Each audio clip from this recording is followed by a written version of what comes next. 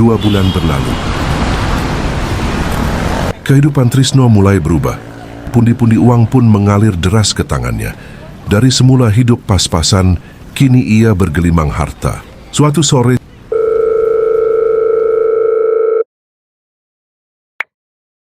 Halo, Assalamualaikum ya Mas. Bagaimana kabarmu, Dek? Alhamdulillah baik Mas. Mas aku udah 9 bulan. Aku nggak mau ngelahirin sendiri Mas. suara Yati terdengar penuh harap. Iya, Ti. Abang akan pulang secepatnya. Abang juga mau buka usaha di kampung.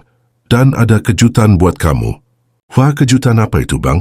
Tanya Yati berbinar. Tiba-tiba suara lain terdengar dari belakang. Ibunya Trisno, Bu Marni, merebut ponsel dari tangan Yati. No, katanya kamu mau kasih kejutan buat Yati ya? Ibu juga mau kejutan, no? Bu, nanti pasti ada. Abang mau pulang, Bu, mau bangun rumah yang lebih besar buat ibu dan Yati. Mendengar itu, Yati dan Bu Marni tak bisa menyembunyikan kegembiraannya. Kita nggak sabar ya, Bu, nunggu Mas Trisno pulang, seru Yati penuh semangat. 2 hari berlalu. Hari ini Trisno bersiap pulang ke kampung. Tapi sebelum itu ia singgah dulu di sebuah showroom mobil milik Pak Hamdi. Mantan bos tempat ia dulu bekerja sebagai tukang cuci mobil. Dengan langkah angkuh, Trisno masuk ke showroom dan berkata lantang pada salah satu pelayan. Mana Pak Hamdi? Saya mau dilayani langsung sama bos kalian. Tak lama, Pak Hamdi pun keluar dari ruangannya. Wah Trisno, apa kabar kamu no? Pak Hamdi, saya mau beli mobil Pak. Beli mobil? Kamu sekarang udah sukses ya? Tanya Pak Hamdi heran. Trisno tertawa kecil, sinis. Saya dong Pak, saya mau ambil 1 unit Fortuner yang second aja. Saya nggak biasa tuh kredit-kredit. Pak Hamdi terdiam sejenak. Dalam hatinya muncul pertanyaan. Uang sebanyak itu Trisno dapat dari mana? Namun ia memilih tak memperpanjang rasa penasarannya. Ia lalu menunjuk sebuah Fortuner hitam yang terparkir di sudut showroom. Yang ini Pak, pas banget, ujar Trisno puas. Tanpa banyak bicara, ia mengeluarkan uang tunai dan membayar mobil itu cash. Semua orang di showroom terkejut. Mereka tak menyangka si mantan tukang cuci mobil itu kini bisa membeli mobil mewah secara tunai. Perjalanan menuju kampung memakan waktu 8 jam. Mobil Fortuner hitam itu pun melaju pelan memasuki jalan desa.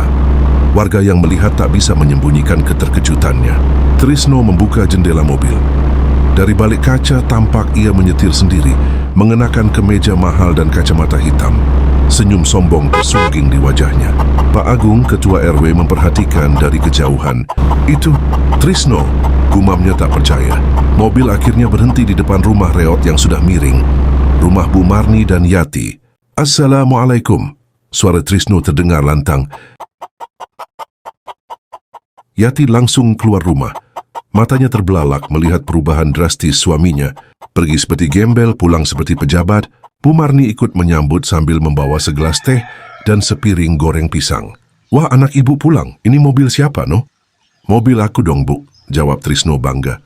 Bu Mina hampir tak percaya. Ucapan lamanya terngiang di kepala. Nanti kamu pulang bawa mobil, bawa emas? Dan kini, itu jadi kenyataan. Bukan cuma mobil, Bu. Aku juga belikan emas yang ibu mau. Mana? Tanya Bu Marni tak sabar. Nanti di dalam ya, Bu. Di dalam rumah, Trisno membuka ranselnya. Ia mengeluarkan beberapa gelang emas dan segepok uang tunai. Ini untuk ibu, katanya sambil menyerahkan emas. Lalu ia menoleh ke arah Yati yang sedang hamil besar. Dan ini buat kamu, Ti. Aku mau bangun rumah baru buat kita. Dan satu lagi, aku mau buka usaha grosir barang harian di kampung. Yati menatap Trisno penuh haru. Kamu berubah banget, Mah. Alhamdulillah, katanya pelan. Bu Marni pun memeluk Trisno. Air matanya berlinang.